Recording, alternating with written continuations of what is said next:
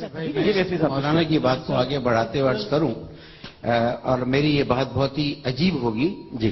आप देखिए कि हमारे फौज के सरबराह ने तो फौरी इकदाम किए, लेकिन हमारी हुकूमत के सरबराह ने एक कमेटी बनाई जो 7 दिन के अंदर बैठेगी और बैठने के बाद फैसले देगी। 7 दिन बाद वो कमेटी ने कल फैसला दिया है, उसमें ऐलान ये किया जाता है कि इमरजेंसी फोन नंबर दिया जा रहा है। इंशाल्लाह 1-2 दिन में आपको पूरे पाकिस्तान में हम राइज कर देंगे।